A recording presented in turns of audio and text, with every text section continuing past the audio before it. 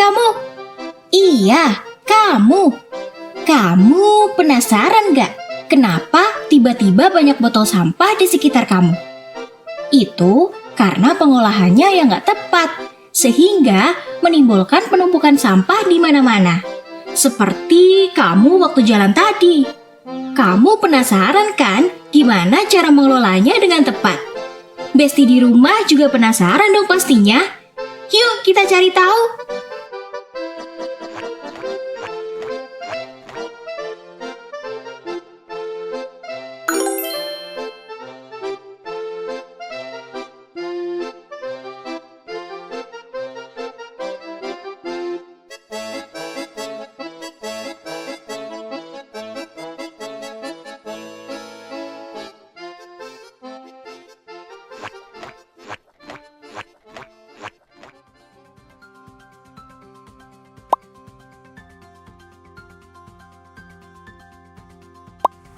Aku lebih prefer untuk gunain beberapa barang-barang yang reusable, contohnya kayak mungkin kertas body bag, gitu-gitu deh, supaya mengurangi pemakaian plastik. Kalau dari aku sendiri itu belum terlalu ngurangin, tapi paling kayak untuk ke toko atau swalayan paling kayak kalau inget bawa kantong. Biasanya saya membawa botol minum sendiri dari rumah untuk mengurangi sampah plastik dan membawa tas belanja sendiri ketika berbelanja di supermarket. Kalau misalkan karyanya itu bermanfaat dan bisa dipakai untuk kebutuhan sehari-hari, ya itu sangat bermanfaat dan aku sangat setuju. Karena ada beberapa sampah yang nggak bisa terurai dan ada yang bisa terurai. Kalau yang nggak bisa terurai itu kayak plastik, botol gitu. Kan biasa kalau dulu waktu era COVID itu kan mungkin lebih sering pakai yang plastik-plastik. Nah kalau sekarang ini mungkin plastik kayak jadi jatuhnya bakal jadi sampah lagi gitu. Karena juga salah satu bentuk pengurangan sampah di Indonesia sendiri kan, karena Indonesia juga tingkat penggunaan dan pembuangan sampahnya juga sangat tinggi. Jadi kalau misalkannya ada orang yang bisa reuse itu atau mungkin membuat hal-hal baru dari sampah yang lebih bermanfaat, itu lebih bagus sih. Mungkin tertarik sih karena ya lucu gitu kan, bisa jadi gantungan kunci, gantungan tas, ya unik lah nanti jadinya. Apa ya, kalau apapun itu kayak perintilan kayak gini dari apapun itu, kalau misal kayak aku butuh, aku tertarik. Wah, dari jawaban tadi bikin kita mikir ya. Ternyata banyak banget cara seru buat ngurangin sampah. Dan bener loh, kalau dipikir-pikir, sampah bisa jadi sesuatu yang keren banget.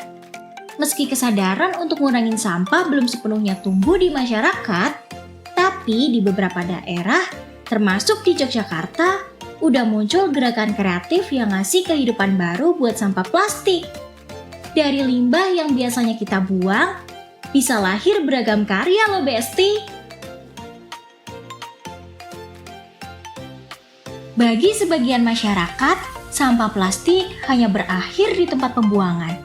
Menurut data Dinas Lingkungan Hidup Kota Yogyakarta pada tahun 2023, sampah yang dihasilkan sekitar 300.000 ton per hari. Ini terjadi karena jumlah penduduk, keadaan sosial ekonomi, serta kurangnya kesadaran masyarakat dalam mengelola limbah secara bertanggung jawab. Selain itu, penggunaan produk sekali pakai yang meningkat, terutama plastik, yang semakin memperburuk situasi.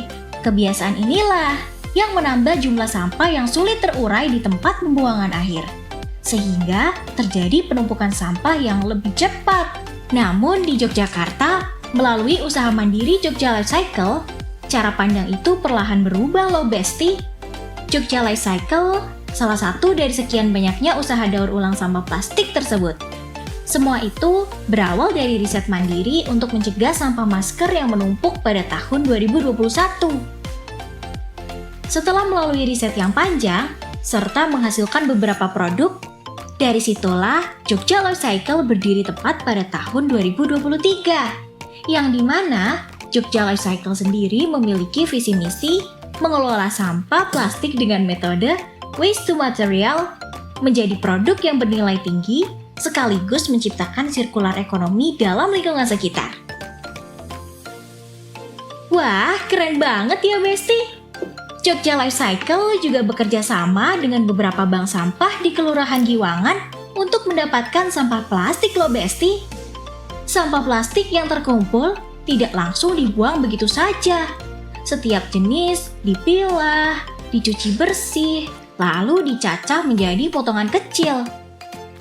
Jogja Life Cycle percaya kebersihan bahan baku menentukan kualitas hasil akhir. Nah, setelah kering, serpihan plastik siap diolah. Di tangan pengrajin, plastik mengalami perubahan besar.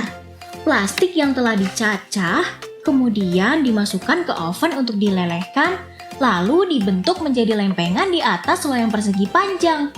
Dari sinilah lahir beragam karya seperti gelang warna-warni, tatakan gelas, gantungan kunci, bahkan furnitur seperti meja dan kursi. Bagi Jogja Life Cycle, produk ini bukan sekedar barang.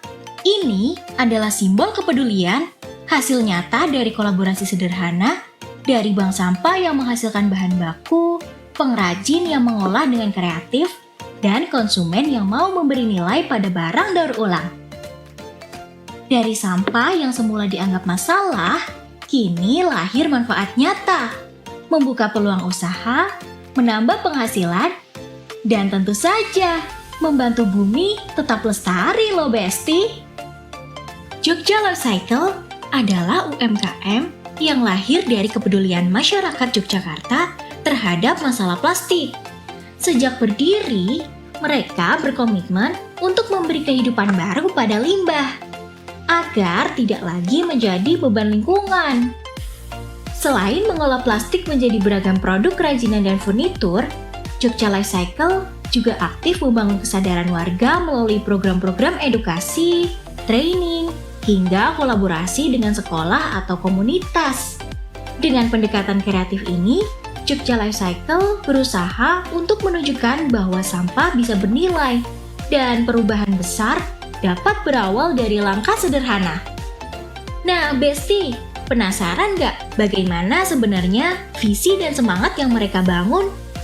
Mari kita dengar penjelasan dari Ketua Jogja Life Cycle. Dampak persoalan sampah plastik jika tidak dikelola dengan baik akan pertama bisa menyebabkan kerusakan lingkungan. Kerusakan lingkungan ini bisa macam-macam. Contohnya seperti penyumbatan di sungai-sungai kecil kita ya. Jadi sudah banyak sungai-sungai kita yang kecil-kecil itu ternyata ketika musim hujan airnya meluap cukup tinggi di sekitar jalan kita. Terus yang kedua itu nanti bisa arahnya sampah plastik bisa membungkus hewan-hewan di sekitar sungai tersebut. Bisa di Sungai Progo itu banyak ikan-ikan yang pada akhirnya mati karena masuk ke dalam plastiknya. Terus yang ketiga, si sampah plastik ini jika tidak dikelola dengan baik akan menjadi mikroplastik, yang mana mikroplastik itu ternyata juga sampai saya telah dikonsumsi oleh ikan-ikan yang ada di sungai kita dan akhirnya dikonsumsi oleh manusia. Dan itu sangat berbahaya sekali untuk kita sebagai manusia maupun lingkungan sekitarnya.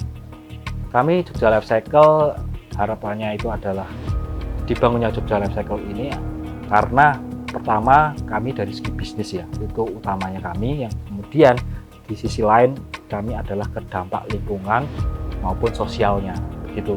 Jadi kita sosialnya itu adalah bagaimana kita menggait bank sampah, pengepul sampah itu untuk menyerahkan plastiknya ke kami, yang mana kita beli dengan harga yang cukup layak karena kami sebagai pendaur ulangnya langsung. Nah, kemudian kalau untuk dari segi lingkungan tadi adalah kami menyelamatkan lingkungan, baik tadi dari lingkungannya yang bisa menyumbat sungai ataupun bisa mematikan hewan dan mikroplastik yang pada akhirnya bisa masuk ke manusia. Kami melibatkan masyarakat dengan cara kami banyak sosialisasi ke masyarakat, utamanya biasanya di kelurahan begitu, karena sering kami dapati undangan dari Bu Lurah itu untuk mengedukasi ke masyarakat begitu. Selain itu juga kami tadi membuka peluang untuk bekerja sama dengan anak-anak KKN maupun dengan institusi yang mengundang kami untuk mengedukasi ke mereka. Jadi kita mengedukasi bagaimana si plastik itu bukan lagi sebuah sampah, namun menjadi sebuah material atau menjadi sebuah uang. Itu yang kita edukasi ke mereka. Kami ada program kerjasama dengan pemerintah setempat, yaitu Kelurahan Gionan. Kami berkolaborasi dengan mereka untuk terkait edukasi bagaimana mengolah sampah plastik itu bisa menjadi produk yang mempunyai nilai tinggi. Jadi Kelurahan Giwangan sering mengundang kami untuk mengedukasi ketika mereka ada kunjungan.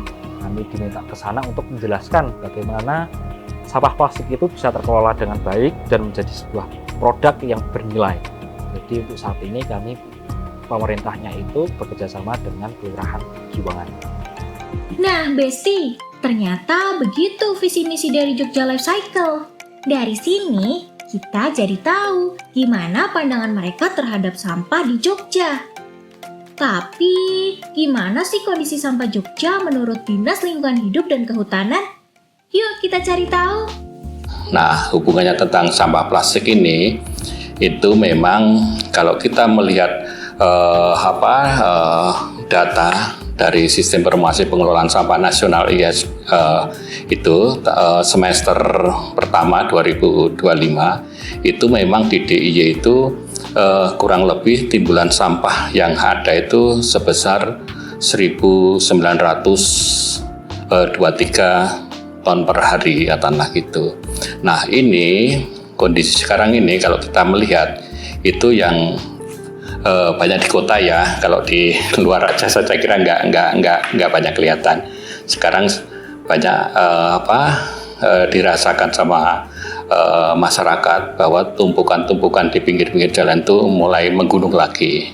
Saya kira gini, untuk faktor-faktor ini akan berkaitan, katakanlah gitu. Partisipasi masyarakat ya harus ditingkatkan, itu toh mindsetnya harus dirubah, katakanlah yang dulu hanya kumpul buang angkut, katakanlah gitu. Sekarang harus dipilih, diolah dan digunakan lagi, katakanlah gitu. Ya kami Delaka khususnya itu sangat apresiasi ada yang komunitas semacam itu. Itu sebabnya itu menjadi contoh. Sekarang itu kan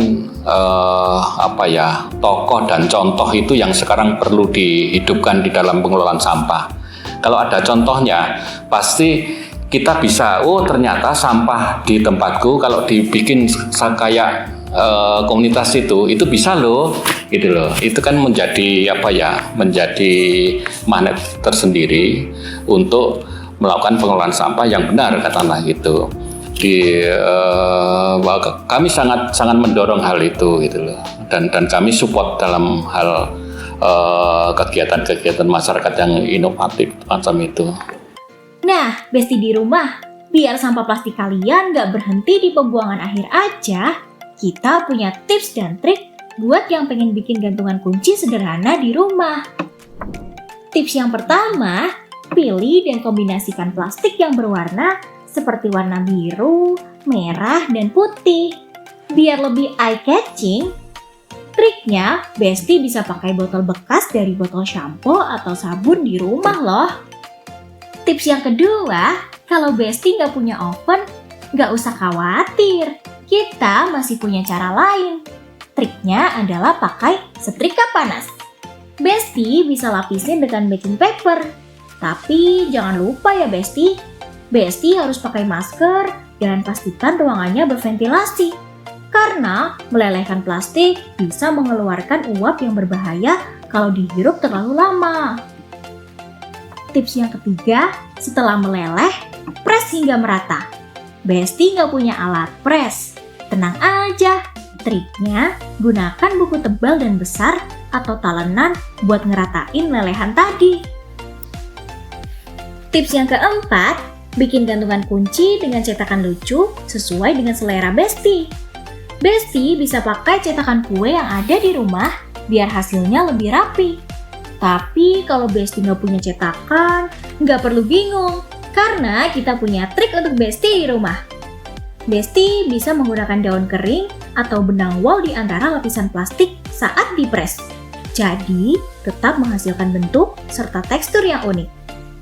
Tips yang terakhir nih, Manfaatin ring gantungan bekas dari gantungan kunci yang lama.